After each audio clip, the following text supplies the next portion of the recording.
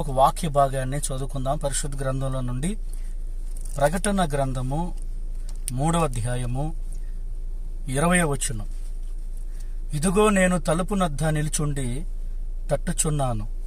ఎవడైనను నా స్వరము విని తలుపు తీసిన ఎడల నేను అతని యొద్దకు వచ్చి అతనితో నేనును నాతో కూడా అతడును భోజనము చేయును. దేవునికి మహిమ కలుగును గాక.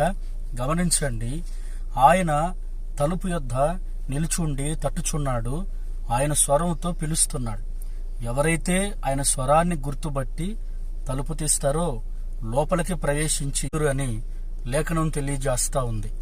తలుపు అనగా మన హృదయం. ఎప్పుడైతే మన హృదయం తెరవబడుతుందో, తెరవబడినటువంటి హృదయం అందులోకి ప్రభు ప్రవేశించి వారిని వెలుగుమయముగా చేస్తాడు. అట్టి కృప దేవుడు అనుగ్రహించునుగాక. హృదయాలు తెరవండి. మీ హృదయం అనబడే తలుపుని తెరవండి. క్రీస్తును ఆహ్వానించండి.